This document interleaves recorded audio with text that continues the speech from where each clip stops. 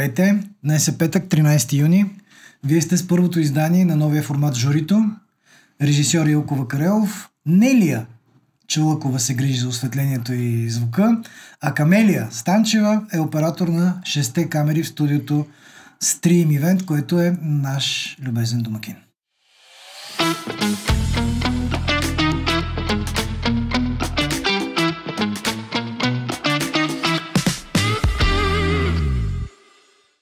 С мен в студиото са моите колеги Ралица Гълъбова, Вили Янкова, Влади Малинова и Александър Детев. Здравей!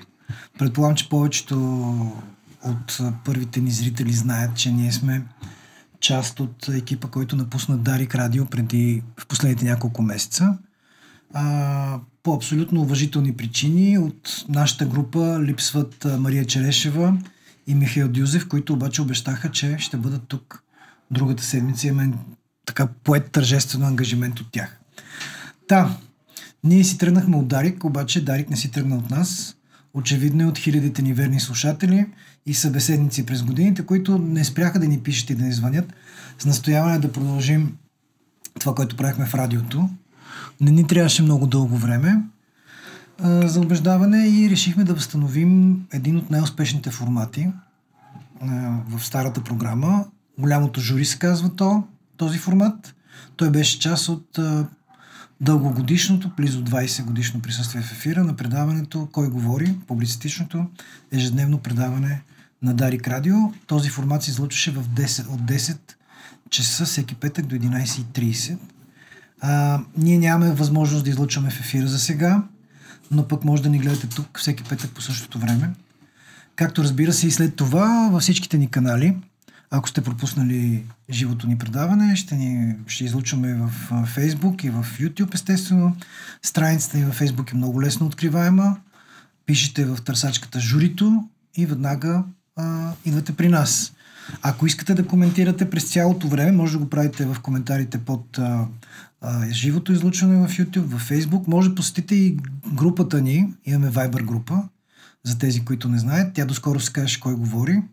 Вече се казва Журито. По същия начин влизате в нея, пишете в търсачката на Viber Журито и ще ни намерите. Скоро ще обявим и други платформи, чрез които ще достигаме до вас, нашите верни зрители и слушатели. Още нещо важно, много важно наистина. Ние сме абсолютно свободни електронни журналисти. Нямаме абсолютно никакво финансиране, но имаме огромно желание да правим качествена журналистика, която да обяснява новините с контекст. Знаем, а и вие ни убеждавате ежедневно, че има нужда от такава журналистика. Съвсем скоро ще обявим и начините, през които може да ни подкрепите финансово, ако желаете, разбира се. Но за начало може да го направите, ако харесате, ако се абонирате за нашия YouTube канал, харесате Facebook страницата ни, имаме и Instagram профил, ще го намерите в другите ни платформи. Ще имаме и TikTok, нали? Разбира се, че ще имаме TikTok. Защото ще бъдем абсолютно навсякъде. Хем няма да изпуснете нищо от съдържанието, което предлагаме. Освен това, можете и да ни подкрепите по този начин, за което ви благодаря предварително. И така много дълго, Андре, колеги. Да, не може да дадеш думата. Но е първо издание. И аз искам малко да благодаря. Може да ти взема думата за едно изречение. Искам да благодаря на всичките ни слушатели и зрители, включително във Viber групата, защото разговора не спря. Ние спряхме да звучим от ефира на Дарик Радио, но разговора в тази група не спря, въпросите не спряха и това свободно пространство, което изградихме в годините и което преди това Пролет Велкова беше изградила в Кой говори, а и в другите формати на Дарик Радио, разбира се, си продължи и наистина много голямо благодаря на всички слушатели и зрители. Това, което ми прави впечатление в групата във Viber, защото аз редовно съм там. Първо да кажем на зрителите и слушателите, че това е единственото предаване, което ще видите на запис. То се записва малко преди излъчването му, просто заради наша сигурност го правим, но от тук нататък ще бъде само на живо, което не означава, че не може да коментирате насякъде, където искате това, което говорим и да предлагате теми, събеседници. Аз това, което наблюдавах през цялото време в тая нашата Viber група, е, че слушателите ни, които вече не са ни слушатели, всъщност на тях им е мъчно за това, че нас ни няма. че няма предаване. Всъщност това беше и основната причина, която ни инспирира така и вдъхнови да се събереме в този формат. Жаждата на слушателите. Вили е последния водещ, на кой говори в Дарик Радио. Тя го затвори. Да, малко неочаквано. Да. Беше затварянето му, без предупреждение и за зрителите, и за мен, така че... Предлагам за Дарик Радио да си поговорим и да затворим тази тема в края на предаването. Да. На днешното ни издание. Че на дневния ред има много неща. Има много неща в дневния ред. Съдени. Да кажем на тези, които нашите зрители в момента, аз все още не мога да се отърва от слушатели, но нашите зрители и слушатели, защото скоро ще бъдем и в Spotify, и в Apple Podcast, и вероятно и на други места, където могат само да ни слушат хората. В следващите ни предавания няма да бъдем само този екип. Ще си каним всички коментатори, които идваха и преди в студиото на Кой говори, както разбира се нови лица. Пък всеки последен петък на месеца ще се събираме колегиалното жури. Това е традиция от много време. Последният екип на Кой говори въведе и се получаваше много добре, така че ще ни виждате и нас един път в месеца заедно всички. Или поне колкото можем. Най-важното е, че отваряме пространството на свободната журналистика на друго място, но все така свободна, нещо, което според мен е много важно да съществува и да се чува в ефира или в някакво пространство, където и да се намира то. Написа толкова отдавна, толкова много изчезна свободната журналистика от ефира, дори от интернет, понеже аз пуснах, как да кажа, тизър в групата, че все пак журито ще тръгва, че всички чакаме с нетърпение да се появите отново. Да се надяваме, че ще бъдем интересни. Ако стои така, като изтокани на едно място, няма да бъдем интересни. Моля ви, кажете ми. Можем да се скараме буквално в всяка една. Това ще е чудесно начало, моля ви. Тъкмо ще потвърдим една теория, която напоследък беше в дневния ред на някакви хора. И така обаче да се върнем към журито. Какво стана в последните 2 месеца? Ето, колко ще няма да правим. От когато не е имало жури. Разбира се, ще говорим за актуалните теми, но да. Последните дни на април. Да. Да, и да кажем все пак и за хората, които не са запознати толкова много с формата, защото ние направихме един реверанс към аудиторията в специалните канали на журито и на Кой говори, но има хора, които не са слушатели, сега за пръв път ще се срещнат с нас. Това е поредният подкаст. Шегувам се, в който... подкаста предаване. Както решиш. Аз нямам претенции за това. Но идеята ми е, че това е едно време, в което ще изгледате въпросното видео и ще разберете малко повече за новините, които сте чули в периферията на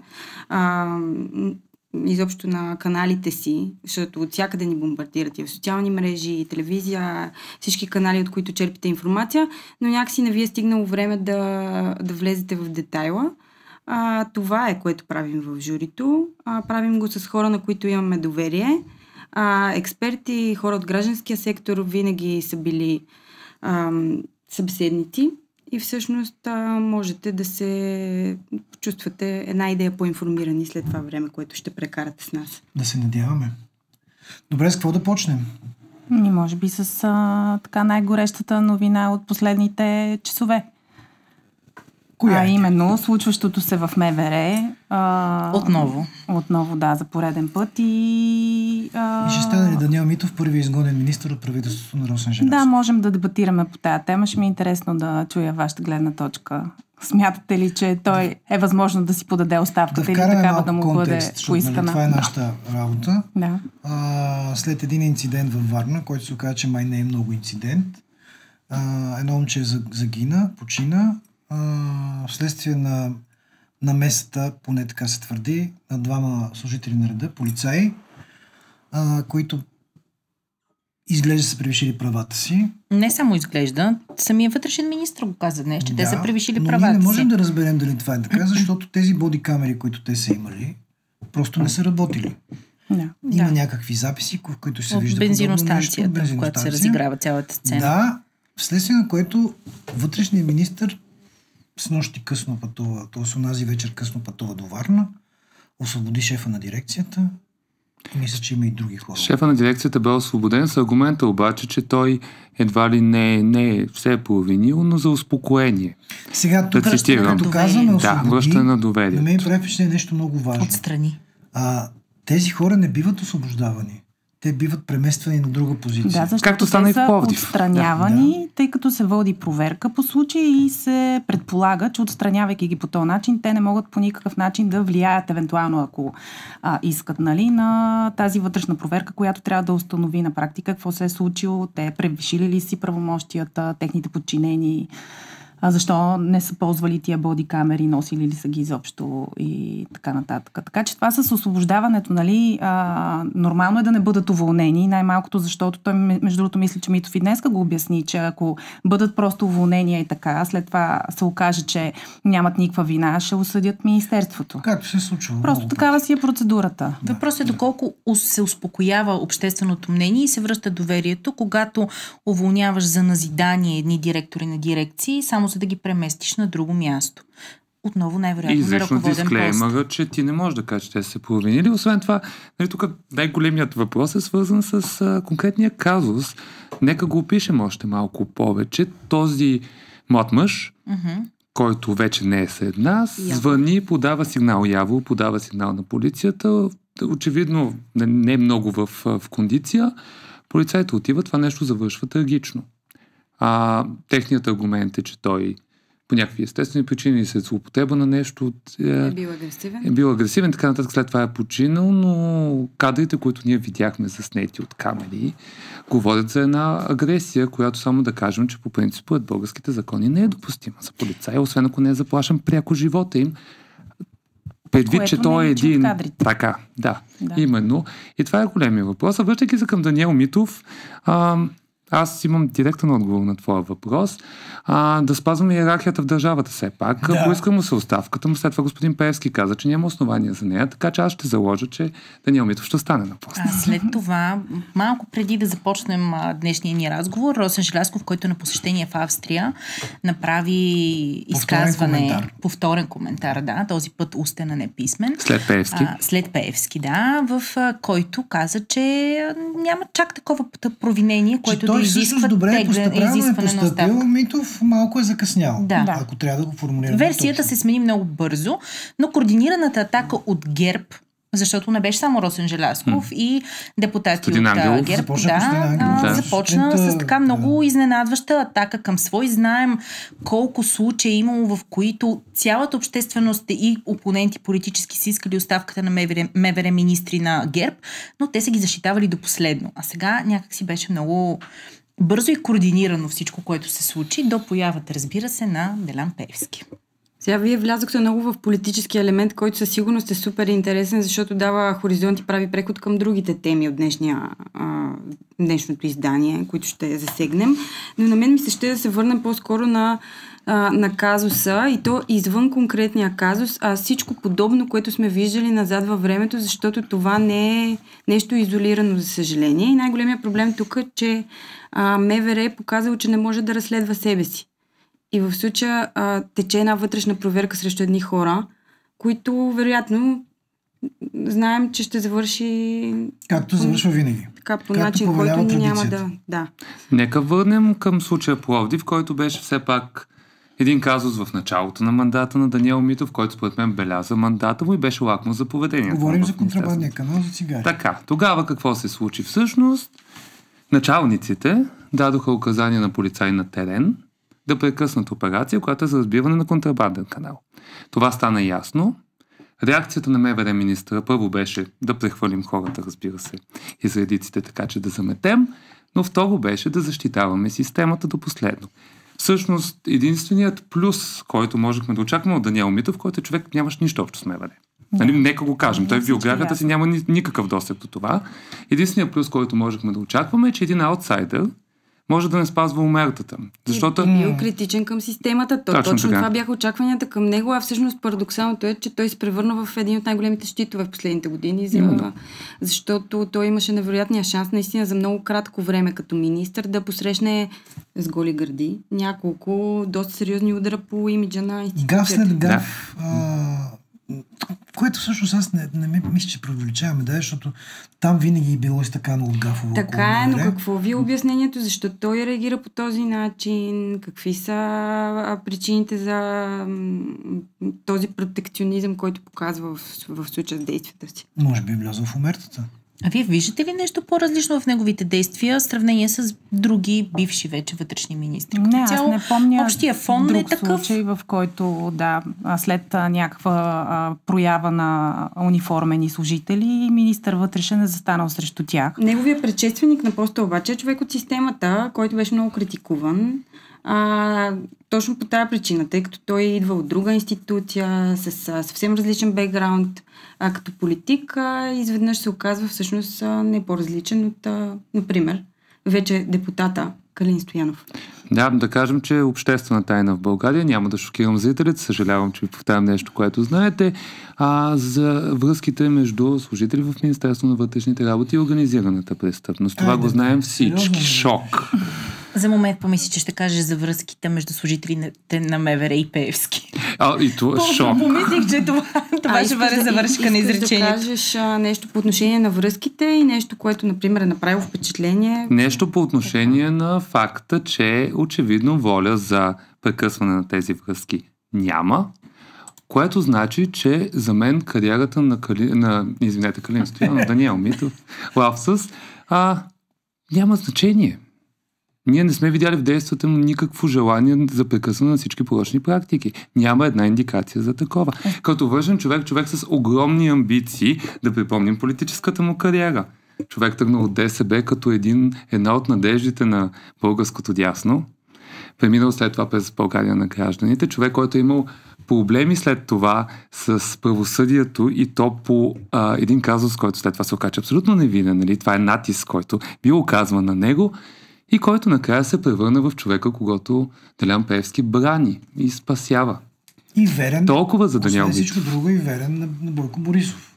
А как си обяснявате от една страна атаката на ГЕРБ срещу Митов и от друга страна защитата на Пеевски, която на мен ми се струва, че може би легитимира всички съмнения той чий човек е Даниел Митов. Но как си обяснявате защо ГЕРБ го атакуваха тази сутрин? Те обясненията могат да бъдат най-различни. Простоватото е, че е възможно да не е имало някаква координация в коментарите в самото начало. Напротив, беше абсолютно координирано според мен всичкото това нещо. Още повече аз предполагам, че и вие сте наблюдавали, че когато излиза едно острие като Костадин Ангелов, който хабер си няма от вътрешно министерство, и така изсипва с кофата на Даниел Митов, тогава според мен това е било абсолютно координирано. Включително след това и появата на изказването на Росен Желязков в Виена. Да. Освен това, аз си задавам някакви други въпроси. Защо Даниел Митов търча по нощите от София до Варна, като можеше всичкото това нещо, което направи той там, освободи директора на дирекцията и някакви други неща, може да го направи от София. Защо през нощта? Срещам се с близките на починалия защо млад през нощта? Нямам представа защо през нощта, но в интерес на истината аз съм тук привърженик съм на тезата, че когато в градинката на един министър има някакъв проблем, е редно министърът да си отиде с крака на мястото и да види за какво става дума. Така че аз това не го критикувам. Не би го разкритикувал. Впрочем, освободен е и директора на второ районно в Варна, явно от полицаите. Колко са? Трима? Двама са за момента отстранени, но не заради насилието, за това, че не са носили бодикамера. И техният началник на второ районно също отстранен, защото е допуснал те да не носят бодикамера. Сега за насилието все още наказание няма.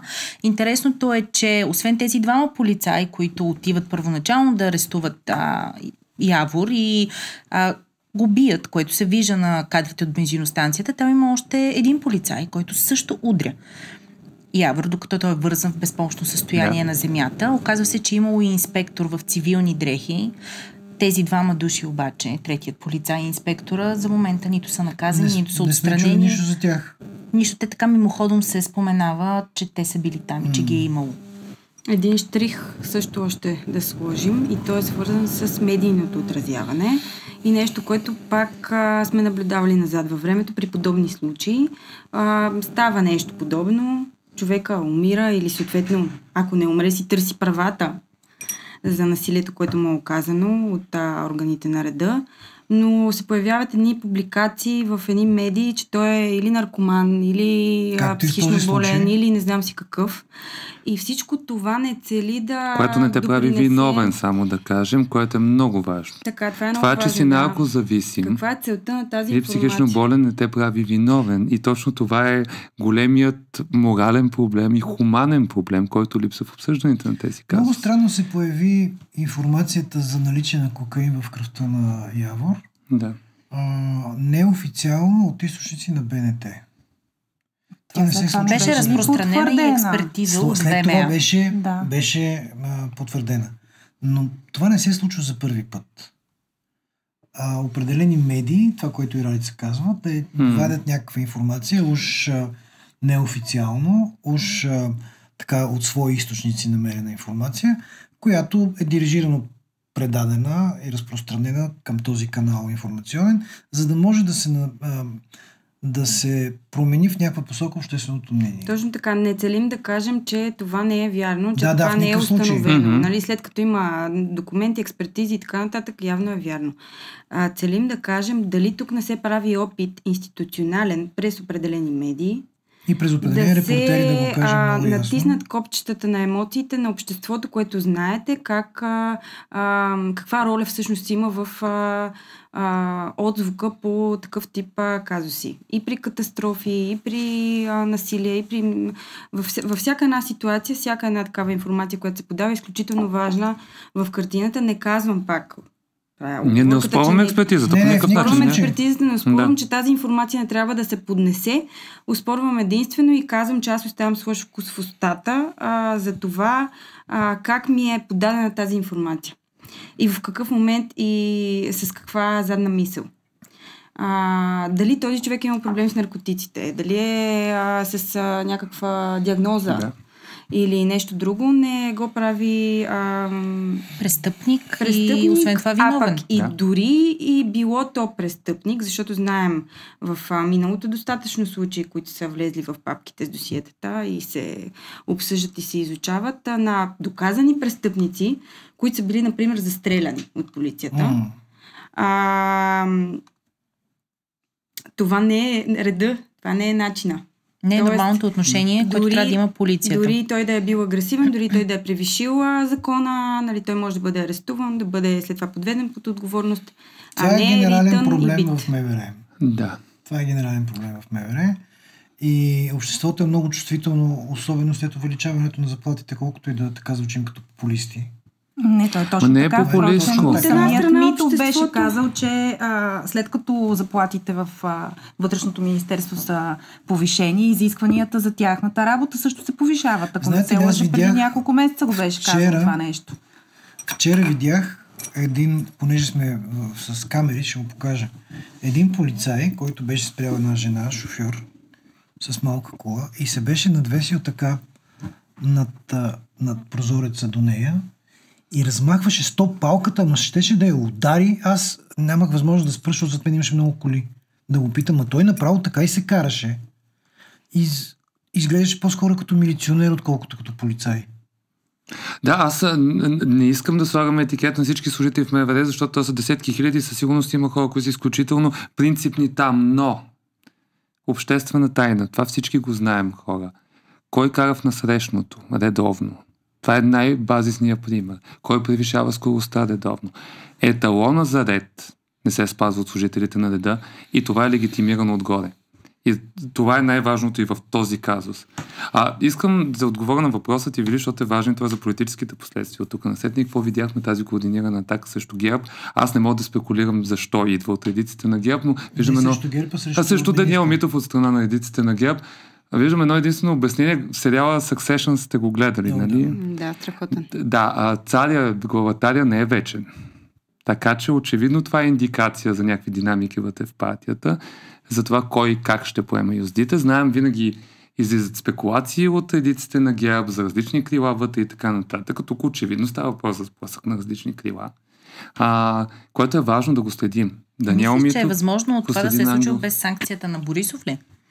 Ами смятам, че или е наказателна акция от страна на Борисов, но ако Борисов каже, че Митов трябва да подаде оставката си, тогава ще видим сблъсък между него и Пеевски, пък той някак избягва. Аз пък мисля, че може да е сблъсък с Пеевски на заден план. Лекичък сблъсък. Това между другото... Опит дали да се еманципират, може би не, но пък да всеят раздор да отстрелят един негов човек. Да, от една страна. Да. Малко да се поскарат с него. Все пак за лобитата на ДПС в ГЕРБ се говори не вчера, така че вероятно точно това крило, за което говориш ти, е фен крилото на Пеевски. Така че... Иначе между тия спаринги между Борисов и Пеевски ги гледахме сега, да погледнем към Българския олимпийски комитет. Това, което видяхме там, беше на практика един спаринг.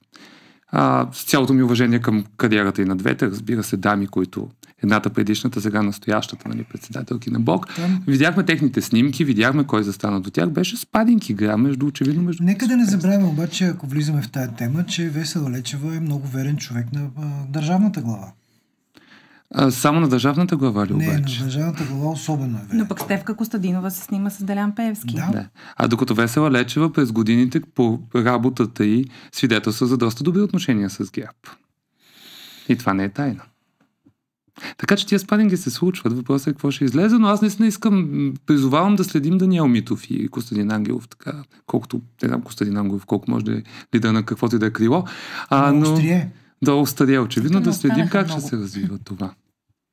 Този succession. Добре, преди да преминем към следващата тема, Илко, дай да видим как ни започва предаването. Тая така наречена шапка още веднъж, да я научим.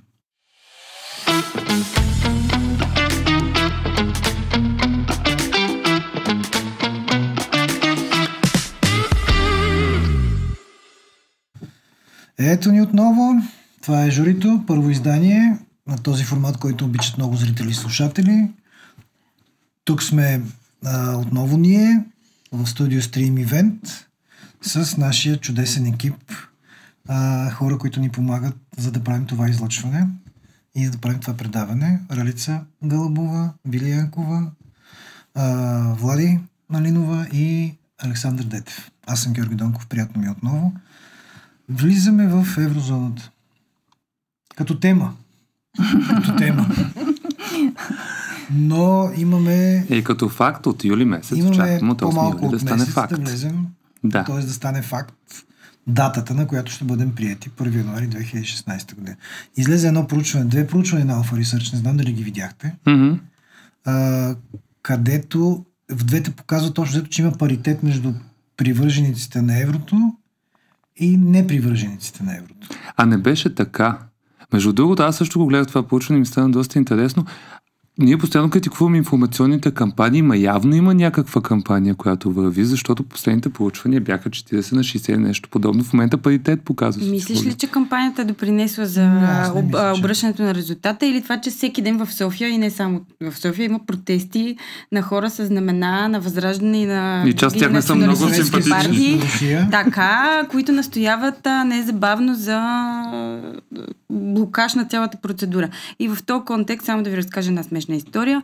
Децата свършиха училище, знаете, първокласниците и не само, не знам кои възрасти завършват по-рано, но се тая. Моето дете завърши първи клас и малко след това един ден се прибираме от детската площадка и той най-тържествено ми заявява: аз съм за българския лев. И аз не можах да разбера това дете, след като вече не ходи на училище. Да, няма откъде да го е чул това нещо. Защо се превръща в проводник на такива... си говорите вкъщи. Така, и аз му казвам, защо си за български лев. Той каза, аз съм против еврото. Искам българския лев да остане, така и не си разви тезата детето, но очевидно си тече все още пропагандна кампания. Как си тече все още? Тя е във вихара си, очевидно, да. И според мен тези протести и тази кампания и всичкото това, което се случва, което стига и до децата, очевидно по някакъв начин, води до това хората да си, вероятно някаква част от хората, да си затвърждават мнението по отношение на приемането на еврото. Абсолютно съм съгласна с теб. Спомням си в момента, в който Възраждане атакувах сградата на Европейската комисия с червена боя, разпалиха, чупиха и така нататък.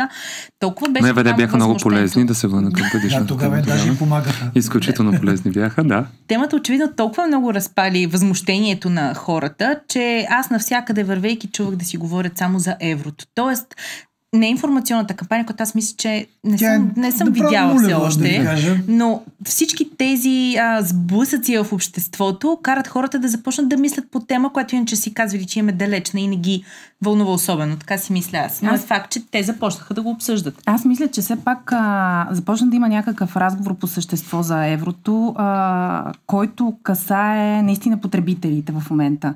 За разлика от времето преди, може би, президента да поиска да направим референдум. Но до преди началото на май месец на мен ми се струваше, че наистина въобще не се говори практически за това какво нас като потребители това наше ни засегне. Нашите предавания на кой говори. Естествено, да. Затова сега го пренасяме тук. Така че аз мисля, че има някакво разясняване така в мъглата и започва да се правят крачки в тая посока. Ако трябва да обобщим скъпи копейки, не толкова скъпи копейки и ватенки, както ние ви наричаме, вие допринасяте с вашите изстъпления и истерии, за да може хората да си променят отношението към еврото, но не в посоката, в която вие желаете. Голямо удар, Гого. Това е истината. Ма Гоготе не са само копейки вече. Това много ми хареса. Костадин Костадинов призова да приемем долара по-добре. О, да.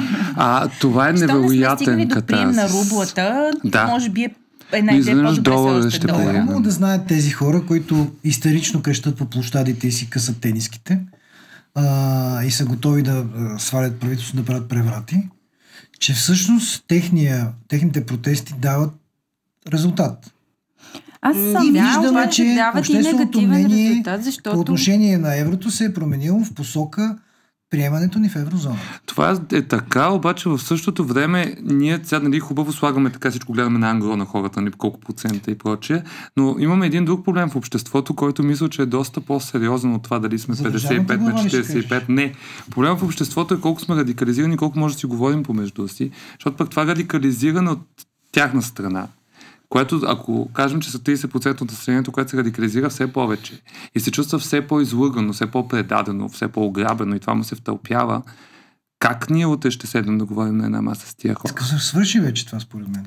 И става все по-зле. Според мен това свърши. Аз искам да ви задам един въпрос. Колко от хората, които виждате по площадите в различни градове на България, които протестират срещу еврото и са за българския лев, смятате, че действително застават със своите собствени убеждения и наистина бранят българския лев, а не са отишли на площадите, защото някой им е казал или нещо друго е направил и така или им е платил транспорта, например. Аз искам да попитам тебе с контравъпрос. Извинявай.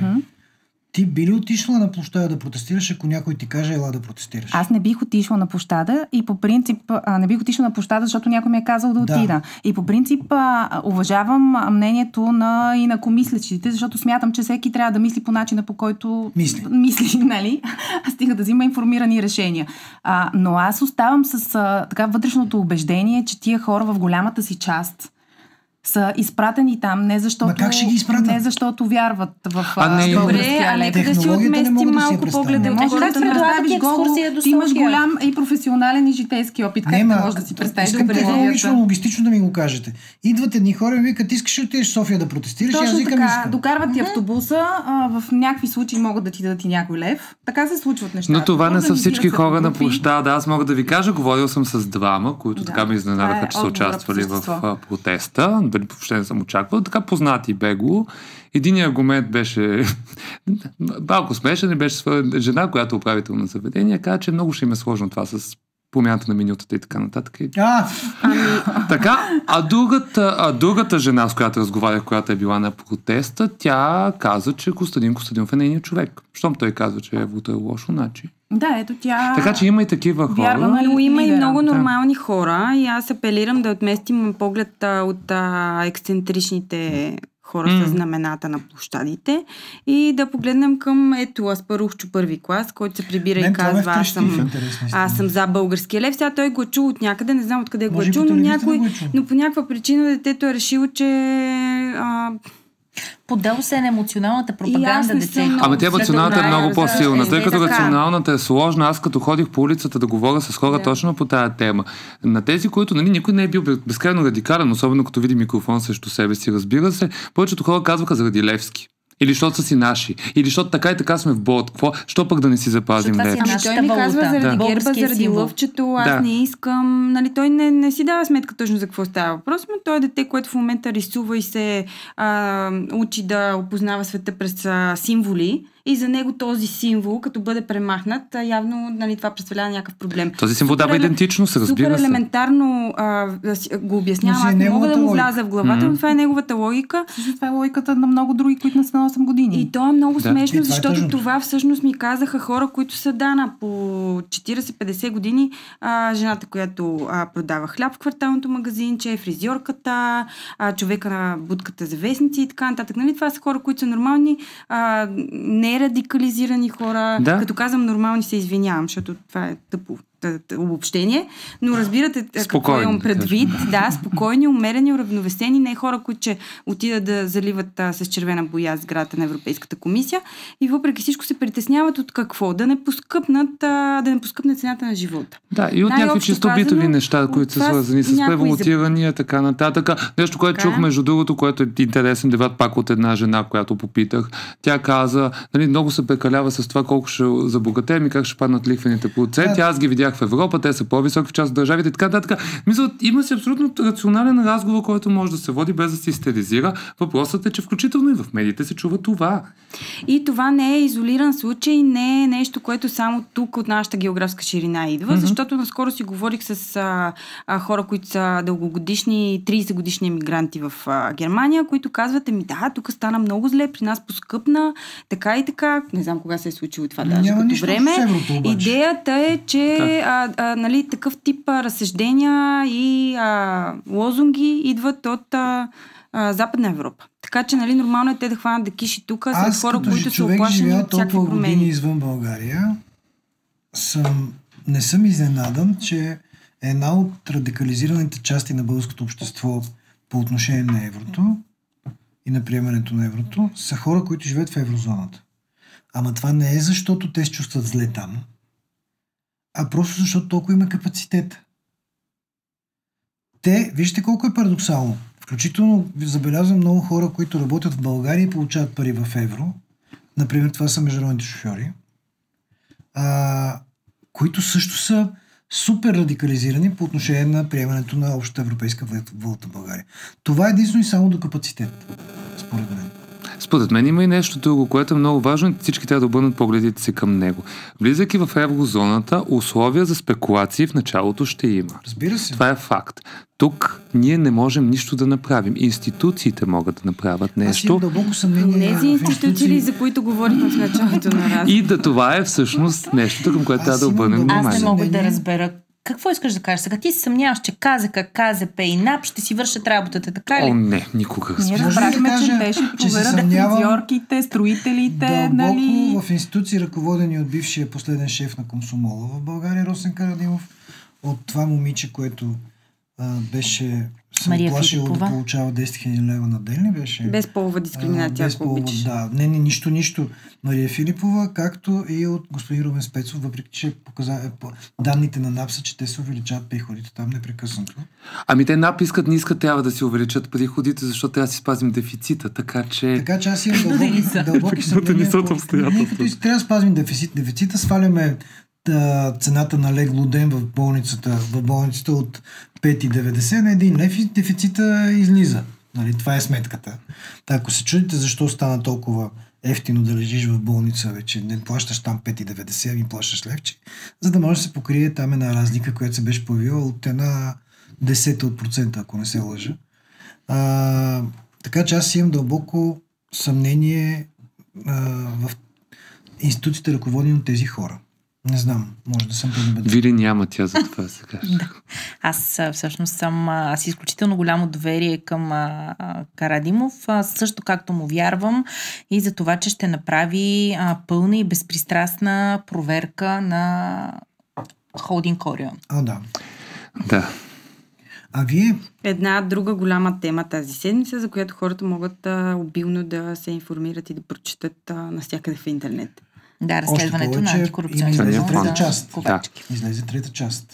Кога излезе трета част? Съм я гледала, добре, ще наваксаме. В деня на записа, така да кажем. Вчера. Аз през цялото време обяснявам, че ние наистина записваме нощно време, не лъжа тук.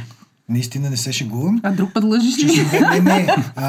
Часове преди излъчването в YouTube и в социалните. Да, но другата седмица сме на живо. Другата седмица сме на живо, може да ни гледате всеки петък от 10 сутринта. И да си общуваме в реално време, както сме свикнали да го правим. Да, и да си пишем в всички платформи. Ние ще ги следим, който е водещ. Ще следи платформите и ще можем да общуваме по този начин. Пък някой път може да поканим някой от нашите слушатели като членове на журито. И без това имаме тая идея много отдавна. Да. Даже има и такива, които се предлагат и ние също сме и разсъждавали по техните евентуални, техните гастроли при нас. Така че може да правим журита и с наши зрители вече, не само слушатели. Други теми, колеги. Да, ти от ДВК да изземам думата, съжалявам. От ДВК за легла, болници и така нататък. Мисля, че трябва да обърнем внимание на може би фрапантния случай в България от тази седмица. Много ме трудно говоря за това нещо. Кадрите, на които всички станахме свидетели от един дом за възрастни хора. Нещо, което отново пак е обществена тайна. Ние знаем как изглеждат тези неща. Искам да обърна особено внимание към лекарите, които са влизали там. Забелязали ли колко гузен беше единият лекар? Да. Мисля, че точно в дома в Ягода, който отивал за да регистрира смъртта на обитателите на тези стаи. И е подминавал всичко останало. Говорейки за дефицити в нашето общество, аз от години смятам, че един от най-сериозните опасни дефицити е този на емпатията. Ще направя една препратка към индекса на дарителство, световния индекс на дарителство. Така че в дъното на класацията, освен държави като Северна Корея, Еритрея и така нататък, са и България, Сърбия, държави от източния блок, от бившия Съветски съюз и така нататък. Дефицита на емпатия е плашещ, той е зловещ. И не знам, аз много ми е трудно говоря за тази тема, но мисля, че трябва да отбележим. Не да отбележим, трябва да поговорим по нея. Трябва да говорим, по нея. Тя всъщност повдига въпроси и за това защо институциите, които са отговорни да следят за условията в тези домове, които в крайна сметка се оказа, че дори не са били домове, за да заобикалят закона, са били регистрирани като къщи за гости. Струва ми се, че беше. Част от тях, стаи под наем. Да, по какъв начин точно проверяващите, които през годините са ходили и са проверявали, защото това го каза и правосъдния министър Георги Георгиев и Борислав Гоцанов също го потвърди. Как така проверяващите са отивали до тези къщи за гости и не са били допускани да извършат проверка? И как след това никой не се е върнал с полиция, за да влезе вътре и да извърши проверка? Вие видяхте ли, че в един от домовете не пускаха и полицаите, защото имало пропуск? Това е пълен абсурд и аз тук искам че е възможно това нещо да се случи. Само искам да допълня. Всъщност точно това е и причината на мен пък да ми е толкова неприятна тази тема и да не мога изобщо да вляза и да се информирам поетапно с това, което се случва и излиза като разклонение, защото имам огромна непримиримост към факта, че институциите, няколко министри в момента си направиха невероятен пиар, на гърба на хората. И това е моя основен проблем. Защото говорим за Георги Георгиев и Борислав Гоцанов, нека да не... И шефове на дирекции и така нататък. Медицински надзори и други. Защото всъщност това е ужасно цинично и ужасно нехуманно всичко, което беше показано като кадри. Но вие знаете, че грижата към възрастните хора у нас е такава. Ние го знаем. Както и към психично болните. Така, ние знаем, че има и корупция. И ние знаем, че няма как тези хосписи, които са лицензирани и малкото държавни, не знам, 2 ли са, 3 ли са. Не, повече са. Да поемат всичкия човекопоток, защото населението застарява и това е доказано. И съответно има достатъчно хора, които им се търсят нелегални места. Така че, нали, това всичко до тук на нас от една или друга страна ни е известно. Но това да излезеш ти и да си направиш невероятен пиар и да кажеш, че в момента си разбил невероятна схема и няколко дни да излизаш по телевизията и да даваш интервюта и да разкриваш, е още по-цинично. Дори от кадрите на възрастните хора, които видяхме. Тук трябва да отбележим и заслугата на нашата гилдия. Една част от колегите ни такива думи прочетох за тези два министри. Как едва ли не те са разбили най-голямата мрежа в света. Толкова много ги хвалят. Аз нямам представа каква е работата т.е. каква е заслугата на тези министри, но доколкото знам, цялата тая мрежа е почнала да се разплита от някакво разследване за имотни измами на възрастни хора. Да. Което беше тема подета от Георги Георгиев малко преди да излезат тези факти с тези домове. Но е факт друг, че в обществото и голяма част от обществото знае, че съществуват такива места. Кметовете на тези населени места, в които бяха открити те не са домове, не знам как да ги, тези къщи места, на ужасите, тези някой ги имоти, беше нарекал. Да, 100% са знаели. Ама инспектори... Разбира се, че има много хора, които са знали. Според мен дори близките на настанените в тези домове не могат са подозирали, да. И защото аз не мога да приема.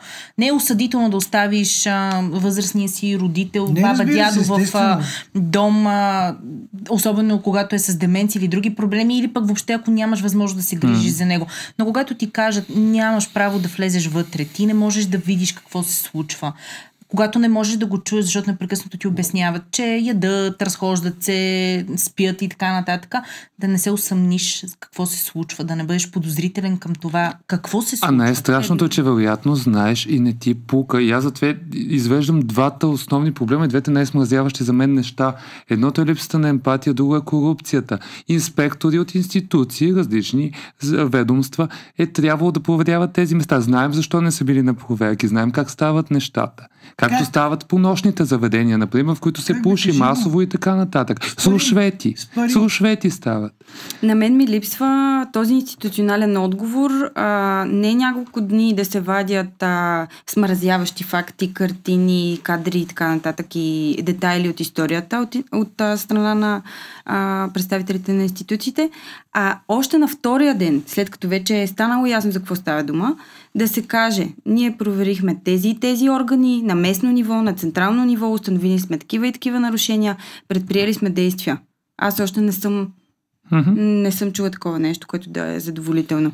И е още нещо много важно. Аз говорих с мой колега от криминалния ресор, журналист от кариерата, много добър и много наясно, с когото споделих едно мое мнение, че това е част от някаква форма на организираната престъпност. И той го потвърди, че там, където има възможност да се печелят нелегални пари в по-големи количества, това не са единици самостоятелни. В този случай са някакви имоти, контролирани от едно място. И вероятно тези три хванаха ли няколко повече бяха? Към момента са три. Искаш да кажеш, че са координирани. 3 са координирани, вероятно има и други. Те откриха връзки между част от тях, така че между собствеността. Вероятно към тези има и други. Да. Така че и това не трябва да го подценяваме. Не знам дали ви направи впечатление, след като беше арестуван и после имаше възможност да говори пред медиите собственика на дома в Ягода, който каза, че нали знаете, че дементните хора не могат да дават показания в съда. Може би на това са разчитали. Ужасно е зловещо. Едно изключително цинично изказване, по време на мярката в съда пред журналисти, в коридорите на съдебната палата, мисля, че в Казанлък. Но това е логично обяснение. Той човека всъщност не се прикрива изобщо и споделя това, което мисли и разсъждава. Същия човек, мисля, че излезе като запис в едно разследване на Нова, ако не се лъжа. Мисля, че беше той, който казва, че доброволно си е предал лиценза. Заради шибаните регламенти на Европейския съюз. Да. Цитираш го, нещо такова казва. Около 5000 лева. Иначе трябваше да взем по 5000 лева на човек. Така, да, и той всъщност казва, че благодарение на това, че е спрял да си плаща лицензия и е започнал да открива си така наречената схема стаи за гости, може да взима на хората по-малко пари, за да им гледа родителите. А всъщност и да се предспазва толкова много проверки, най-вероятно, защото когато нямаш лиценз, всъщност си стай за гости, най-вероятно изобщо не подлежиш на Но на мястото, проверки. На мястото, на което се развивала тази дейност, да кажем, че не може да няма полиция, не може да няма свидетели, не може да няма институции, които да не са знаели, че там се развива такава дейност. Най-малкото има лекар, който е ходил там. Точно така. И дори да са били стаи за гости и това да са били хора, които са си плащали квартира, пак една такава дейност не може да мине без никакви регулации. И когато има някакви регулации, особено пък ако са използвали някакъв вид социален патронаж или някакви други помощи, каквито на общинско ниво се раздават, знаете, че влизат представители на общината, на институции и са знаели за какво става дума. И ако те са виждали това, за което разказаха шефката на медицински надзор, с бръснати глави и така нататък, нали, възрастни хора, връзвани, тогава те имат огромна вина за това, че не са сигнализирали. Тогава отговорността е огромна. Колективна, обществена. Аз мисля, че има, извинявай, Вили, сега имат институциите възможност да проверят и всички останали домове за възрастни хора в цяла България, защото аз имам усещането, че не са единични тези 3 случая. Не, в никакъв случай. Това е схема, за която се говори много. Да, и е добре да не приключиме сега единствено с арестите на тези няколко души и след няколко дни... Аз не мисля, че институциите имат капацитет да го направят. Те нямат и толкова много хора. Това е много тъжно, ако институциите нямат капацитет да проверяват дали домовете за старчески хора се грижат хуманно за тия възрастни. Да се върнем отново на институциите, които ще ни проверяват, ще ни пазят от спекулации по време на еврозоната.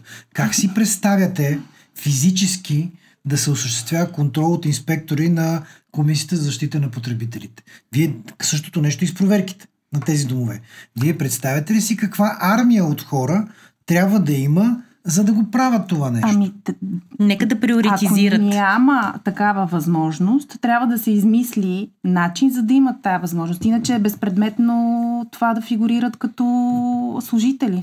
Аз искам само да вметна тук, че не трябва да си затваряме очите за това, което се случва с възрастните хора и в болниците, а не само в разни старчески домове, защото те са връзвани, опоявани това не може и в болници включително. Може да не са всички, но това го има и във връзка с стигмата за психичното здраве и психичните грижи, трябва да кажем, че в тия клиники са неглижирани. Масово България няма достатъчно нито легла, нито възможност за настаняване на хора с психични проблеми и това води съответно до окаяни условия, до подобни практики, до включително и до хора, които бъдат пускани на свобода, защото да се разхождат и да търсят някакси... Съвременното психиатрично лечение изисква, т.е. предполага много по-малко хоспитализирани хора и повече лечение на пациентите в близка до тях среда. Но такова няма. Такова няма, Гого. Аз ти говоря, че конкретно в България, тъй като знам, говорил съм с хора, които работят в такива отделения, знам, че тези, в които условията са горе-долу приемливи, са толкова скъпи, че са единици тия семейства, които могат да си позволят близките си да настанят там. Чакай, защо близките им трябва да плащат? Защото тези, които са държавни, са пълни, там няма места. Има няколко... Ти говориш за частни психиатрични отделения. Не само. И ВМА. Във ВМА се плаща на ден, например. За да бъде настанен само някой. Да кажем. И е толкова скъпо, че... не знаят. Да. Психиатричната грижа в България не се поема от здравната каса. Тя е от бюджета на Министерството на здравеопазването, което е различно. Mm-hmm. Тоест там няма клинични пътеки, там няма значение дали човек е осигурен, ако не се лъжа. Просто когато има такова заболяване, Министерството на здравеопазването директно, нека да не бъркаме двете неща, плаща на лечебните заведения, които осъществяват тази плаща малко и така нататък, отказват се хоспитализации, това се случва и се разхождат едни хора напред-назад. И ние сега всичките ти неща ги изредихме и не дадахме абсолютно никакво решение. Аз мога да кажа още нещо като проблем, което виждам. И аз ви го разказах малко преди това в предварителния ни разговор. Има една интересна кръгла маса, която са направили Института за пазарна икономика днес ли е, вчера ли е, не можах да разбера, 12 юни. Медицинските сестри в България почти няма, така това го знаем всички, под 0,5% от българските ученици се виждат да работят тази професия. това е много релевантно с казуса с възрастните хора, с казуса с лошата грижа в отделенията за психично болни и не само, защото знаете, че и вие от личния си опит с болници и пребиваване по най-различни отделения, основно базирате впечатленията си за това каква е болничната грижа, по това как са ви обгрижили медицинските сестри, не толкова лекарите. Лекари има, медицински сестри няма. Лекари няма много. Лекари има недостиг, но най-високия на първо място на медицински сестри. Според проучването на ИПИ на една медицинска сестра понякога в отделение се падат по 30 пациента. 30 пациенти. Заплащането е изключително обидно. Мисля, че 6 или 7 хиляди предишно изследване на Института за пазарна икономика, тук малко не го цитирам, 6 или 7 хиляди медицински сестри. 17 ли са? Да. Мисля, че даже в моето предаване именно някой от Института за пазарна икономика, с него говорихме. И всъщност извода им основният, че трябва спешно наистина да се увеличи заплащането, за да има някакъв интерес към тази професия, защото ще се окажем в ситуация, ние вече сме в ситуация, в която много професии почват да изчезват и знаем, нали? Няма учители по химия, няма учители по математика, няма много професии, няма стругари и така нататък. Но представете ли си да няма медицински сестри? Как се казва Бойко Борисов, не ора. Започва да се... стигнали сме до там, че се затварят медицински заведения и то в немалки градове. Спешна помощ, в същото време броя на медицинските заведения е прекалено голям за България, така че там това е един такъв... Прекалено голям, но пък много концентриран в големите градове, в малките градове няма. Все по-малко градове всъщност има болници. Приятелите ни от ИПИ, че ще ви каним и вас в журито, да си знаете от сега. Винаги сте присъствали и сега пак ще идвате. Сега ще минем към международните теми, ако искате, за да си спазим традицията. Обаче, айде около да го пуснем пак това нещо, да го видим и да свикваме и ние с него.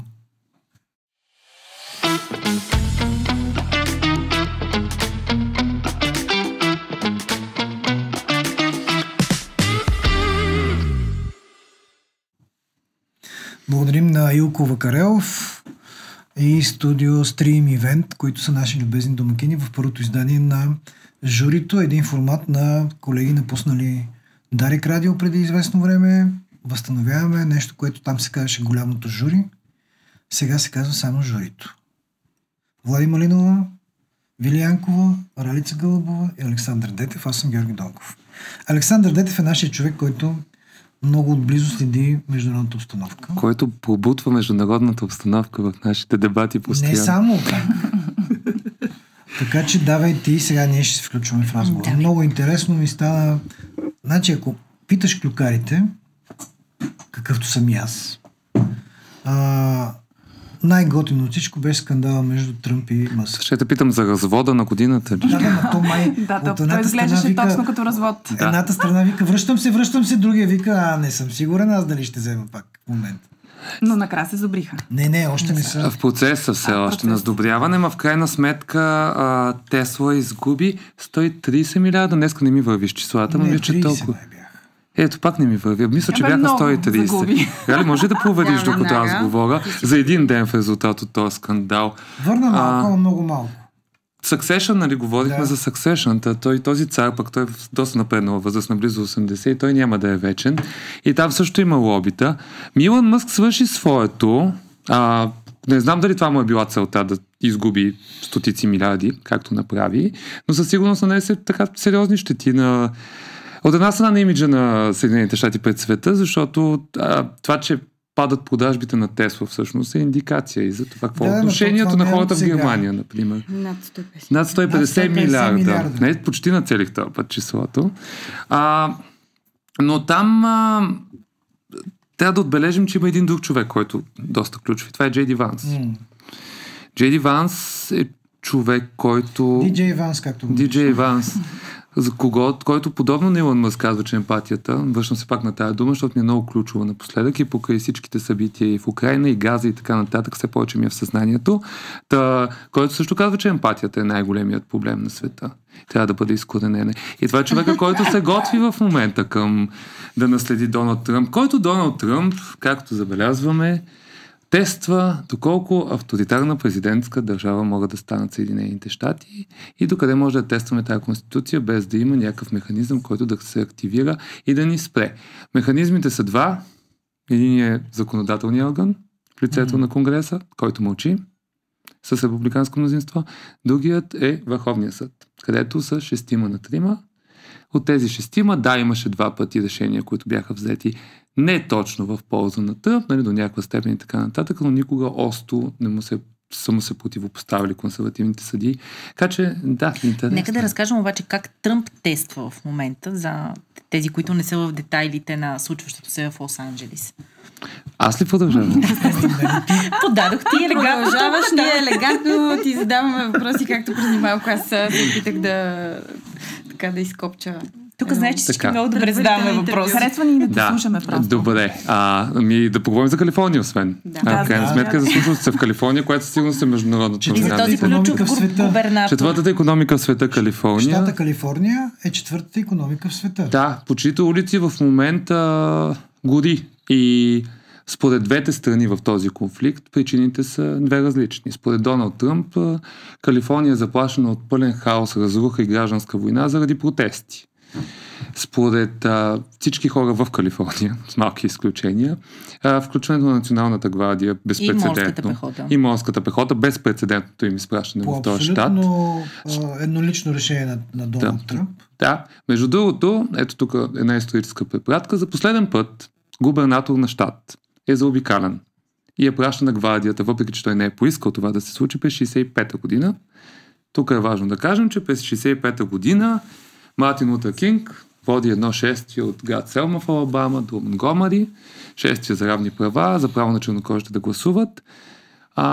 Тогавашният губернатор, един от символите на защитата на сегрегацията с всички сили, човек свързан с крайно десни крила, тогава с изключително расистски крила и така нататък в обществото и организации като Ку Клукс Клан, се противопоставя на тези права.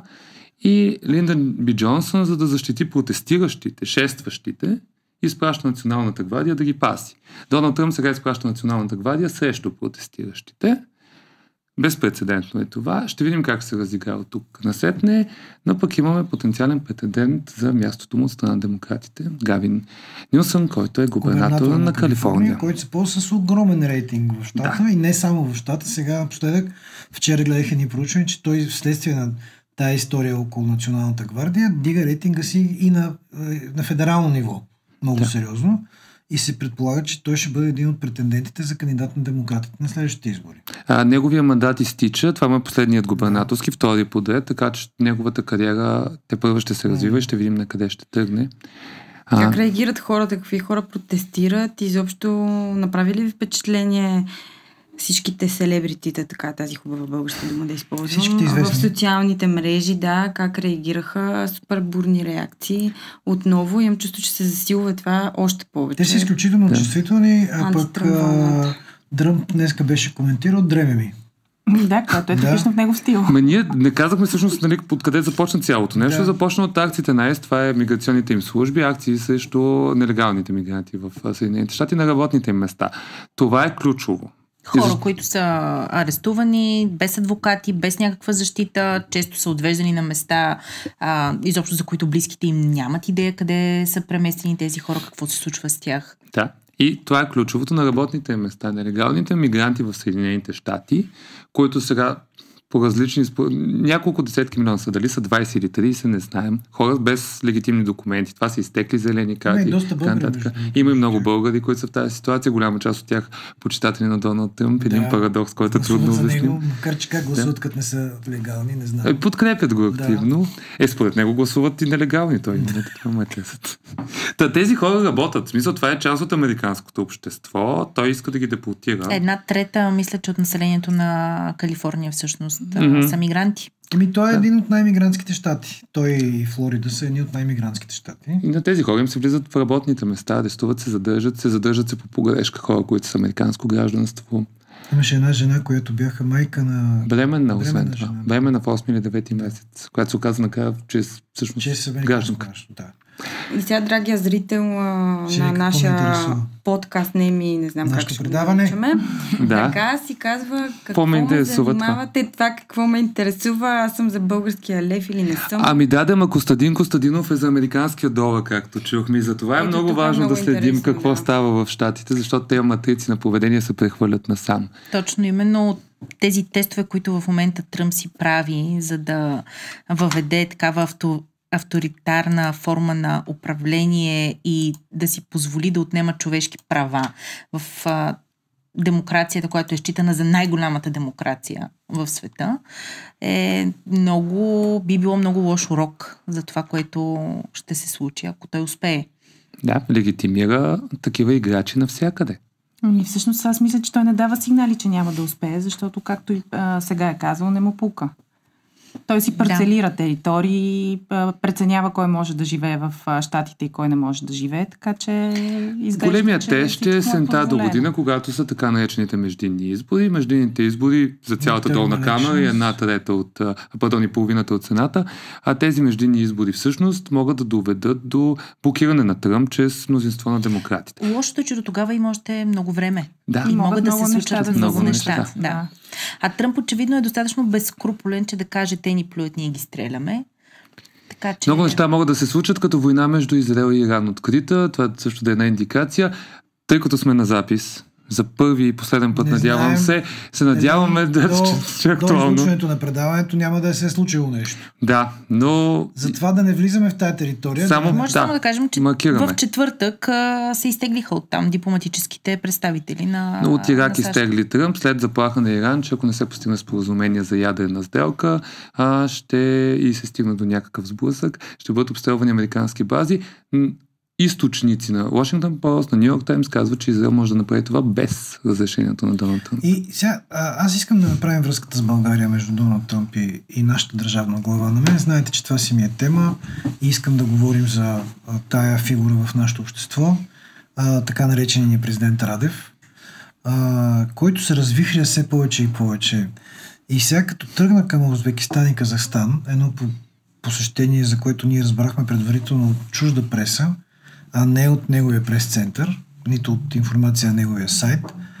Аз си викам, Боже Господи, каквото ще да прави този човек, само да не се върне с някой договор ала Боташ. И той пак нещо подобно направи. Сега няма служебно правителство, така че малко по-ограничени са му правомощията. Ама даде едно интервю за CNN. Даде едно фундаментално интервю за CNN. Сега, за тези, които не знаят, CNN е медията, която ненавижда Тръмп, и CNN е медията, която Тръмп ненавижда. И той в това интервю говори толкова хубави думи за Тръмп. Аз не знам, този между другото, Ричард, как се казваше? Ричард се казва, точно така. Този журналист е с много съмнителна, много интересна биография, между другото. Да, той е икономист по принцип. Не само това, имаше и други неща Ричард Квест. Ричард Квест, да. В биографията си, които са интересни и забавни даже, някои от тях. Обаче нашата държавна глава много си мечтае, според мен, а и според източници пожелали анонимност, да влезе в ролята на авторитарна държавна глава в президентска република. Ето това е мечтата на всички, от типа на... От типа на Путин, от типа на Тръмп, от типа на Хитлер. Да. Но и на актуални такива. На Орбан, според мен също. Да оставим тази тема на Слави Василев. Аз не искам да му вземам за президентската република. Аз не ги разбирам толкова добре президентските републики като него. Аз познавам френските, американските, които по принцип по документи и по конституция са далеч по-ограничени от това, което той си представя, за което мечтаем. Да. Аз искам ако прием, че приключваме така международните теми, искам просто да се обърна към хората, които ни гледат или ще ни гледат в последствие, да кажат някъде в коментарите дали им е интересно това и да разширим малко повече международния блок следващия път. Забравям къде са камерите. Това е твоята камера. Аз искам да кажа на зрителите ни, че могат да предлагат теми и гости в всички мрежи, които ни гледат, в Viber групата, в която пишете журито и влизате в тази група. Пишете журито във Фейсбук и влизате в страницата ни в Фейсбук. В канала, в който ще гледате това предаване, предполагам, че ще е YouTube, но предполагам, може би и във Фейсбук ще го гледате. Моля ви се, абонирайте се за този канал и за всичките останали канали и предлагайте теми и събеседници, по които ние да каним. Пък все повече ми се завърта в главата идеята да почнем да каним и зрители. Да видим. Ще стане. Може би ще бъдем първото такова предаване в интернет. Не знам за други. Да, в интернет, да. Не знам по медиите дали канят зрители за коментатори, другите медии. Не знам в интернет дали е така. Правим експеримент. В момента сме 5 човека в студио. Това е много голям формат. Изпукахме от жега, така че е време да приключваме. Ма не ти, между другото, като и ще го спомена, защото виж, че е важно да го споменаваме, като ми казваш разговори с зрители, винаги се сещам за Милен Цветков, светла му памет, който имаше най-възхитителните сегменти с зрители. Наистина това му беше запазената марка. Така, тъй като имахме... Той беше канил някакви хора в студиото, сигурен съм. Канеше. Да. Накрая той почна да кани всъщност в предаването си хората, които преди това по телефона му говориха всякакви глупости. Точно така. В края на голямото жури някога давахме лайкове. Да. И аз сега ще се възползвам. И ще дам лайк за филма за Милен Цветков. Да. И ще препоръчам на всички наши зрители да го гледат.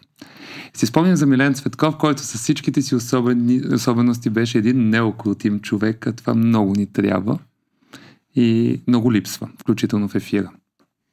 Филмът за Милен Цветков, между другото, е с напълно свободен достъп. Авторите му го качиха в YouTube, така че всеки може да го гледа.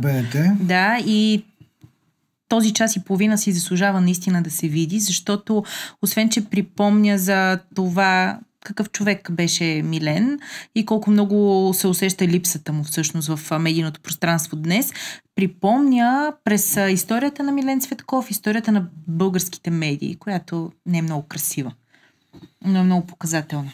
И не е много разнообразна, за съжаление. Не е много разнообразна, тя се повтаря едно и също периодично през някакъв интервал от време.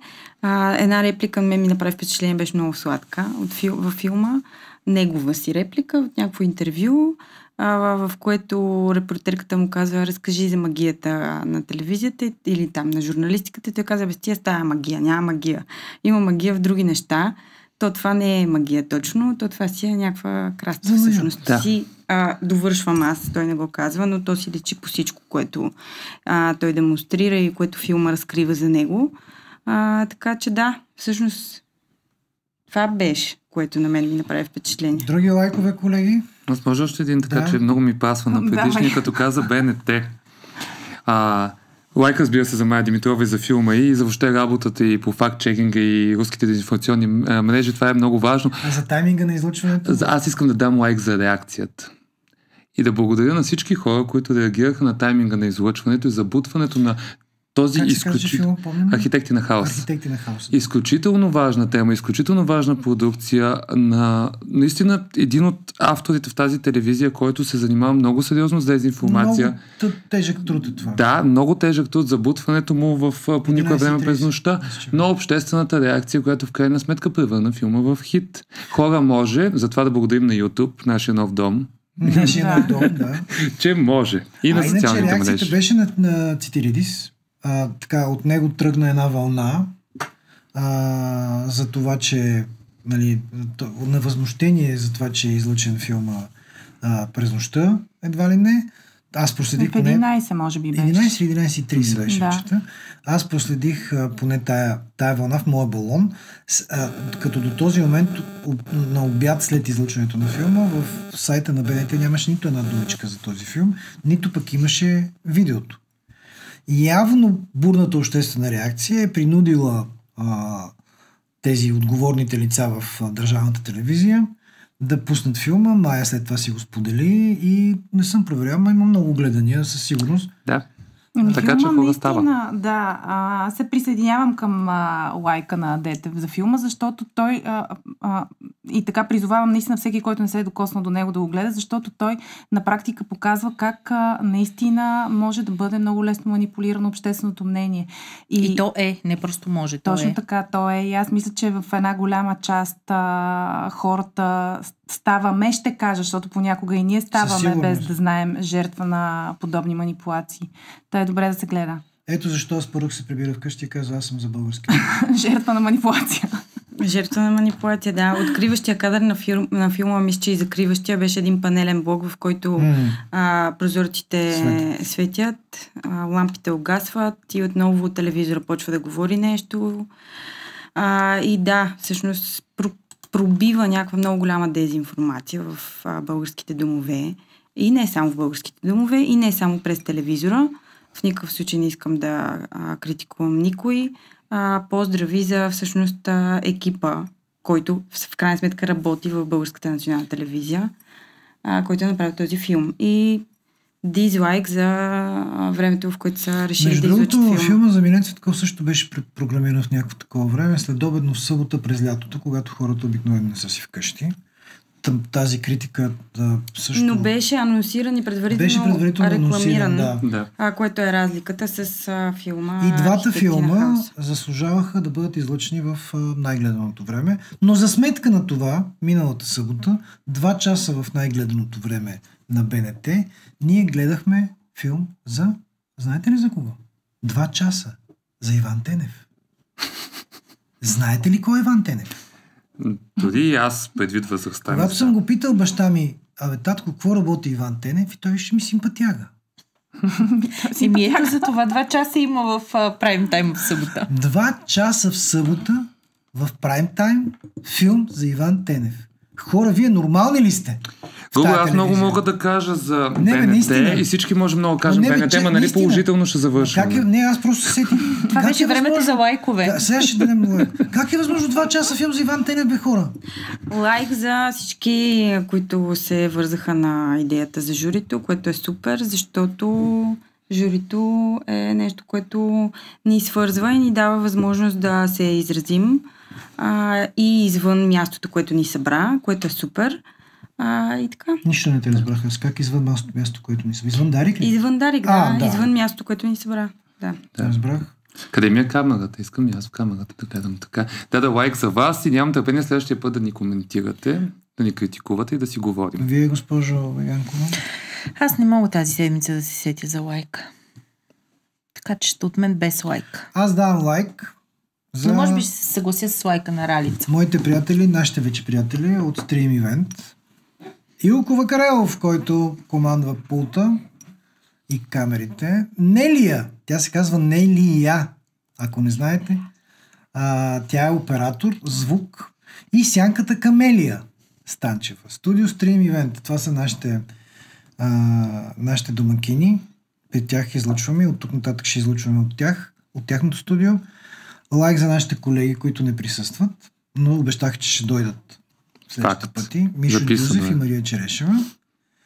И един лайк, много специален, съм си намислил, за тези хора, които са пуснали петицията в интернет, българският национален отбор да не играе квалификационния матч с Испания, за да не се излагаме пред чужденците. Да паднем служебно с 3-0, най-добре, аз съм подкрепил тая петиция. Вместо 15-0. И да запазят достоинството си. Сега, разбира се, ще пропуснем да видим тези големи звезди на Испания, но по-добре, отколкото резила, който ще носим след това сами за себе си. Благодаря ви. Това е финала на първото издание на журито. Абонирайте се за нашите канали в социалните мрежи, намерете ни и ще се видим другия петък. Благодаря ви още веднъж.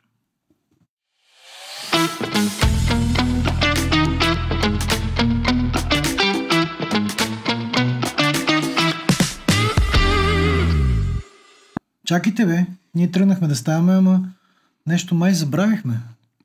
Аз забравихме да благодарим на Станислав Савов за прекрасното ни лого. Да, това е дизайнера, който направи нашето лого. Точно и още така. Нещо забравихме, с което започнахме.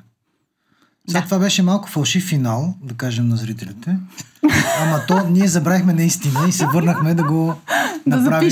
Не просто истината, че никой не му се отваря тази тема, но знаем, че хората ще скочат пак и ще кажат, ето вие премълчахте отново истината, какво се случва в Дарик. Всъщност това е нещо, което ги вълнува. Темата е защо напуснахме Дарик, ако някой е изпуснал началото.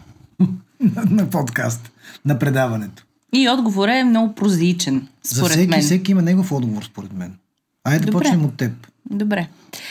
Значи Дарик, какво бих могла да кажа? Освен, че може би трябва да кажа първо, че Дарик винаги ще стане нещо много голямо от живота ми, професионалния ми път, който наистина целият е минал в тази медия и аз си тръгнах с болка в сърцето оттам.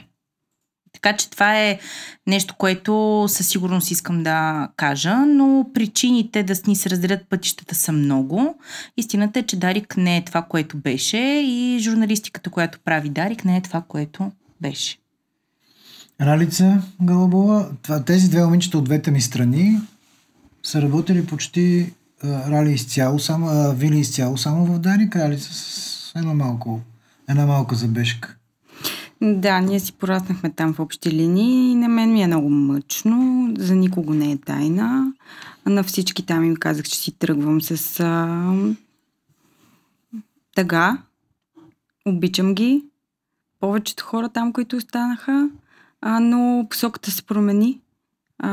И като казвам посоката, изобщо нямам предвид политика, собственици, задкулисия и така нататък. Имам предвид наистина чисто идейно. Не е това, което беше и което ми се иска на мен да бъде. И понякога в живота наистина трябва да се пуснат някои неща и да се остави времето да покаже кой бил крив и кой прав. Аз смятам, че тук преди всичко е въпрос в цялата ситуация с Дарик на добър вкус. И на мен тук ми липсва добрия вкус. Затова не съм вече там. Влади беше в Дарик БГ. Аз бях в Дарик БГ и може... Да, може би от... Но беше, само да добавя. Да, извинявам. Но беше част от екипа на Дарик Радио, защото много бързо се вписа в нашия екип, за който екип, само тук ще вкараме на забележка, чухме в едно предаване, че не е имало екип и че ние сме се карали, псували в... Това съм длъжен да го кажа. Били сме се в нюзрума. Това го каза изпълнителен директор на Дарик Радио Христо Христов. Няма такова нещо, хора. Никога не е имало такова нещо. На Косъм сме били много пъти, аз ти специално, но винаги е било с смесени чувства, минимум. Никога не е имало такова нещо. Никога не сме се псували. Това беше най-хубавият екип, който може да съществува. Влади, ти защо си тръгна? Аз това, което мога да кажа, че от тук присъстваше и аз прекарах най-малко време в Дарик, макар че Дарик е присъствал под някаква форма винаги в моите мисли и чувства професионални, защото с Ралица се познаваме от стажант-репортерки, което беше много отдавна.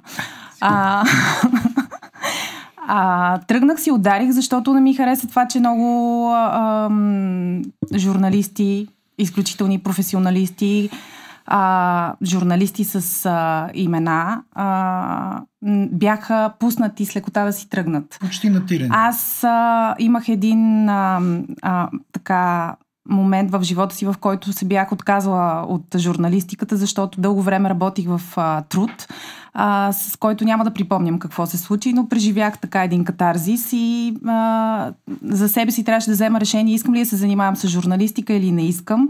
Реших да се върна отново, защото обичам журналистиката и защото уважавам марката Дарик, но това, което се случи, пускането с лекота на журналисти, които за мен и виждам и за аудиторията означават много, не беше добър знак за мен и просто не намирам мястото си вече там.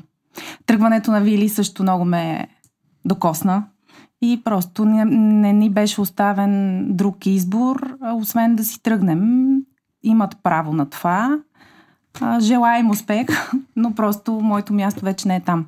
Господин Дете, вие малко като в голямото жури сме. Малко сме като в голямото жури, да. Ами аз първо да кажа, че мисля, че нито един от нас не е станал журналист, защото от това ще стане много богат, или пък защото е бил принуден да стане такъв. Мисля, че всички сме го избрали съвсем съзнателно, на база на моралния ни компас, на база на някакви ценности, на база на това, че има какво да кажем, че искаме да разказваме истории, искаме да правим публицистика. В работата ни на журналисти изисква да не спекулираме. Затова беше много важно това, което Ралица каза. Нямаме никаква информация за политическа намеса, която да бъде доказана. Нямаме информация за смяна на собствеността, ще да бъде отразена. Имам информация, имам преки впечатления за атмосферата. Дарик Радио за мен в последните месеци не беше място, в което може да се прави публицистика, нито беше място, в което публицистиката е добре дошла. Има чудесни колеги, които продължават да са там и им стискам палци тази атмосфера, която е в радиото и която със сигурност се усеща от слушателите, да се промени, за да могат да работят спокойно, защото знам, че има какво да кажат. Аз в този ефир и в този контекст не виждах вече какво мога да кажа. Господин Донков, вие защо напуснахте Дарик Радио? Ами аз съм свързан с Дарик Радио много, може би неотдавна от всички вас. По едно стечение на обстоятелства, че дъщеря ми се роди в деня, в който се роди и Дарик Радио. Калина Донкова, която изкара и тя 7-8 години, може би не знам колко, в Дарик преди аз да отида там като водещ. Тя се роди с 3 часа по-рано, отколкото се роди Дарик Радио, 21 януари 1993 година. Работил съм в други радиостанции, междувременно, но съм слушал Дарик Радио. Дарик Радио съм слушал от най-различни точки на света, като аз години наред предавах за Дарик Радио от най-различни точки на света, поне веднъж седмично. Неща, които се случват там. След това така се случи, че почнах работа като водещ и това е едно от най-хубавите места, на които съм работил и стръгнах с огромна болка от там. И това беше едно от най-трудните решения, които съм взимал през целия ми живот. Както казах в началото, ние си тръгнахме от Дарик, обаче Дарик няма се тръгна от нас, защото ние сме едно семейство, което там се е формирало. Има и други хора, част от това семейство. Една част от хората са там, още на Дондуков 82, макар че не знам дали това е още актуалният адрес. Но аз не искам да участвам в посредствеността, която се вихри в този ефир. Не искам да бъда част от кликбейт журналистика. Имам някакви принципи, които за лошо или за добро си отстоявам. Това е основната причина. Не искам да съм част от... Но пожелавам успех на всички. Аз пожелавам на всички хора и колеги млади, които вървят по този път, да имат късмета и възможността да работят в такава атмосфера, каквато имаше в Дарик. И всъщност това нещо сега тук е пренесено, така че това е една емоция, която ние се опитваме да си запазим, емоцията, която беше в Дарик, се опитваме да си запазим, възстановявайки този формат или започвайки го от нулата. Не знам. За мен това е реално продължение на голямото жури. Не знам как ще тръгне, няма никой не знае ще го има ли и колко време ще го има, но ние сме дължни да го опитаме. Пренасяме си, според мен, едно от най-важните качества на Дарик и това, че клишето, че Дарик е семейство, което е абсолютно вярно. То просто е така и аз мисля, че го пренасяме сега тук. Не знам дали могат зрителите да повярват колко сме близки всъщност. Наистина. Защото наистина сме много близки. А според мен до някаква степен този патос остава неразбираем, защото хората страшно хора, колкото и странно на нас да ни звучи, но много хора работят работа, за да си изкарат пари и всъщност да си платят сметките. Пък тук тая работа не се работи с тази цел и доста често не води до този резултат. Точно до обратно. Което е супер забавно. Случай, сега с това предаване, което почваме, ние няма да взимаме нищо, напротив, ние ще даваме някакви пари, за да можем да го поддържаме, поне за начало, пък да видим след това. Ние инвестираме и средства, и време, и всякакви други ресурси, но това е наш проблем. Ще помолим слушателите ни и зрителите ни да ни помогнат такъв желание, когато сме готови с, как се казват тези неща, платформите, през които могат да ни даряват, да ни подкрепят. Да. Аз ще съм изключително щастлива да има потребност аудиторията от такова нещо и хората наистина да имат желание да ни слушат, гледат и там по какъвто и да е начин да възприемат информация, защото малко се притеснявам, че вече света стана едно такова място, в което искаме да просто си сложим един балон на главата и да минаваме напред през събития и трудности и такива ужасяващи истории, за които споменахме преди малко. Пък то някакси няма как така да се получат нещата. Хора, айде идвайте в нашия балон, ще минаваме заедно през това, което каза Ралица и през хубавите неща. Стига толкова наистина, защото се проточихме безкрайно много. Няма да има друг финал. Но ще продължим, защото журито продължава разговора. Другия петък, 10 часа, Трети финал няма да има. Сега ще пуснем шапката и още нещо и довиждане.